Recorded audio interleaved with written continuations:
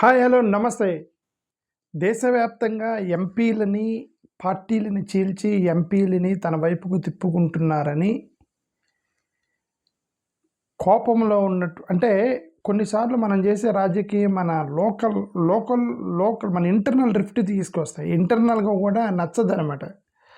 ప్రజాస్వామ్యాన్ని మనం కూనీ చేస్తున్నప్పుడు ఇంటర్నల్‌గా కూడా పొలిటికల్ పార్టీలో డిసాటిస్ఫాక్షన్ మొదలైంది. డిసాటిస్ఫాక్షన్ రావడానికి పొలిటికల్ పార్టీలో లీడర్షిప్ ఒకటి ప్రాబ్లం అవుతూ ఉండేది. ఒకటి లీడర్షిప్, 2 గ్రూపిజం, వాళ్ళని సైడ్ లైన్ చేశారన్న ఫీలింగ్లో ఉంటారు. మమ్మల్ని పట్టించుకోవట్లేదు అనేటువంటి కొంతమంది ఫీలింగ్లో ఉంటారు.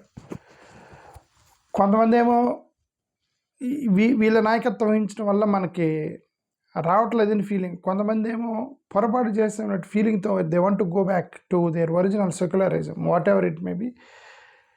సర్ప్రైజింగ్లీ దేశవ్యాప్తంగా ప్రతిపక్షాన్ని మింగేస్తున్నటువంటి ఈ టైంలో ఎన్డీఏ అనేది ప్రతిపక్షాలని దేశవ్యాప్తంగా మింగుతున్నటువంటి ఈ టైంలో బెంగళూరులో సర్ప్రైజింగ్గా బీజేపీ వాళ్ళు కాంగ్రెస్కు ఒక క్రాస్ ఓటింగ్ చేశారు. సిద్ధరామయ్య యొక్క డీకే శివకుమార్ యొక్క ఆధ్వర్యంలో, ఇప్పుడు డీకే శివకుమార్ చీఫ్ మినిస్టర్ కాబట్టి ఆయన ఆధ్వర్యంలో జరుగుతున్నటువంటి ఇష్యూ ఏంటంటే, నిన్న ఎమ్మెల్సీ ఎన్నికలు జరిగాయి.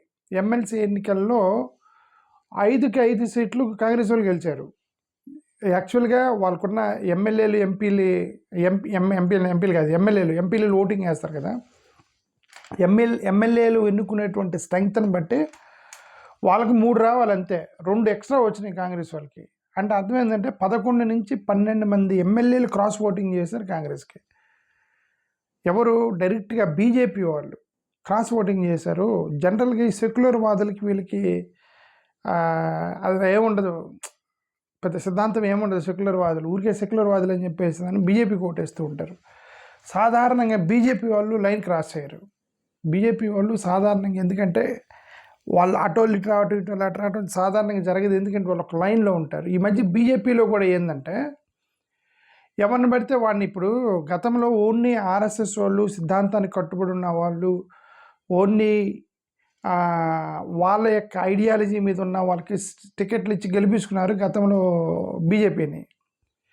ఈయన మోడీ గారు ప్రధానమంత్రి అయిన తర్వాత అదేం లేదు, ఆ సిద్ధాంతం అంతా పక్కన పడేసి ఎవడు వస్తే వాడిని తీసేసుకున్నారు. ఎవరికైతే కేసులు ఉన్నాయని వచ్చిన వాళ్ళని చేసేసుకున్నారు. ఈడీ పంపించి బెదిరించి వాళ్ళ పార్టీలో చేర్చేసుకున్నారు. ఇవన్నీ చేశారనమాట.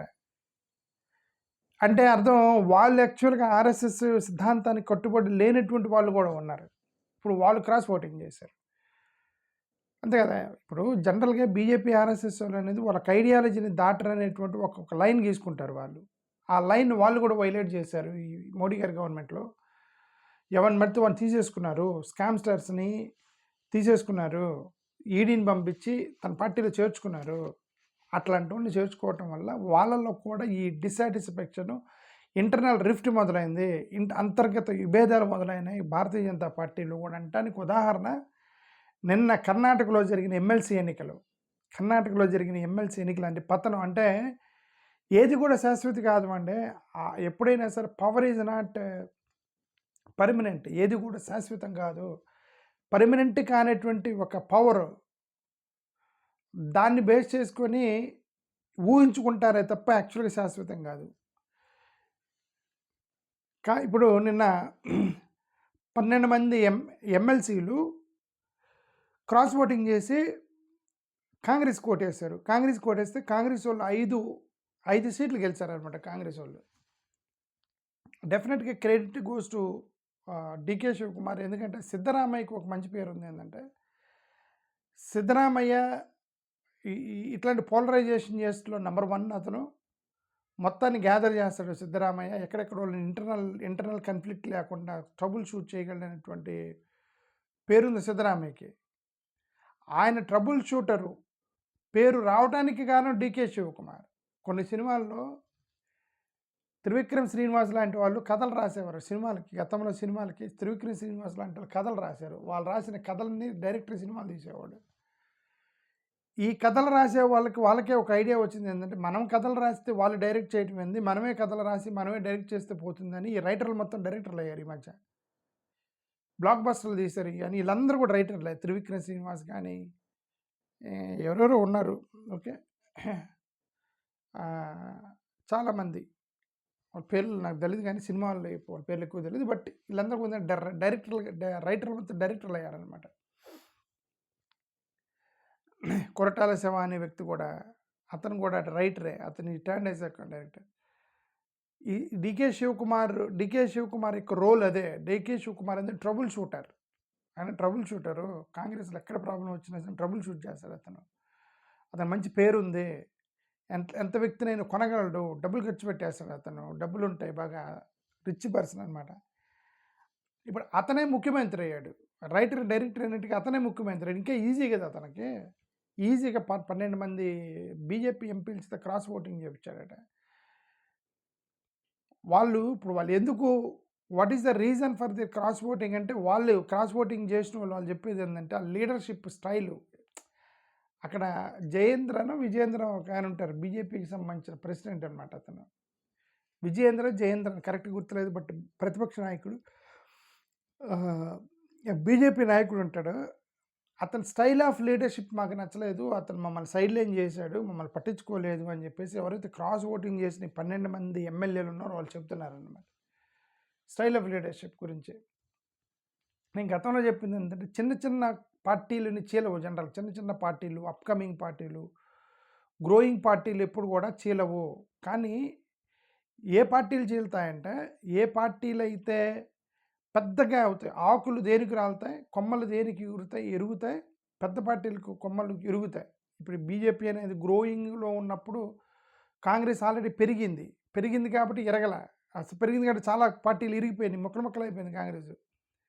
అప్పుడు బీజేపీ గ్రో అవుతున్నాయి కాబట్టి వాళ్ళు స్ట్రెంగ్త్ అండ్ యూనిటీగా ఉన్నారు. ఇప్పుడు పెరిగిందంటే ఇప్పుడు ముక్కలు మొదలవుతాయి. అన్నమలైతో మొదలయ్యాయి. తమిళనాడులో ఉన్న అన్నమలైతో మొదలైంది అతను ఫస్ట్ స్ప్లిట్స్. ఇక భారతీయ జనతా పార్టీకి ఫస్ట్ స్ప్లిట్గా పేరు అన్నమలై ఐకేజ్ అనేది. ఎందుకంటే అతను ఓట్ బ్యాంక్ చీల్చాడు. First time direct BJP vote బ్యాంక్ని చీల్చాడు అన్నమలై. ఓకే, ఇప్పుడు 2 కర్ణాటకలో క్రాస్ ఓటింగ్ చేశారు అంటే ఇవన్నీ these are all indications that పతనం మొదలైంది. దేనికి కూడా ఎక్కువ కాలం శాశ్వతంగా పవర్ ఉండదు. పవర్ ఉన్నప్పుడు అధికారం ఉపయోగించి బెదిరించి అందరినీ కూడా పొలిటికల్ పార్టీని నెట్టనీళ్ళకు చీల్చి అధికారంలో రావటానికి వాళ్ళు చాలా కష్టాలు పడుతున్నారు, ఇంకా పడ్డా సరే. బట్ ఏదో ఒక రోజు ప్రజాస్వామ్యం, సెక్యులర్ వాదం, డెమోక్రసీ అనేది కాపాడటానికి ప్రజల్లో చైతన్యం వచ్చిన రోజు, మార్పు వచ్చిన రోజు ఎవరి ప్రభుత్వం అయినా సరే అంతరించాల్సిందే. ఎందుకంటే ముఖ్యంగా డెమోక్రటిక్ కంట్రీ లాంటి ఇండియా లాంటి డెమోక్రటిక్ కంట్రీలో శాశ్వతంగా పరిపాలన చేయటం అనేది కష్టం. నిజంగా సెల్యూట్ చేయాలి ఇతనికి, డికే శివకుమార్కి. ఎందుకంటే అతను దేశవ్యాప్తంగా ఎవరైతే కొల్లగొడుతున్నారో వాళ్ళని కొల్లగొట్టాడు అతను. అది చాలా సర్ప్రైజ్ అనమాట. థ్యాంక్ యూ, నమస్కారం.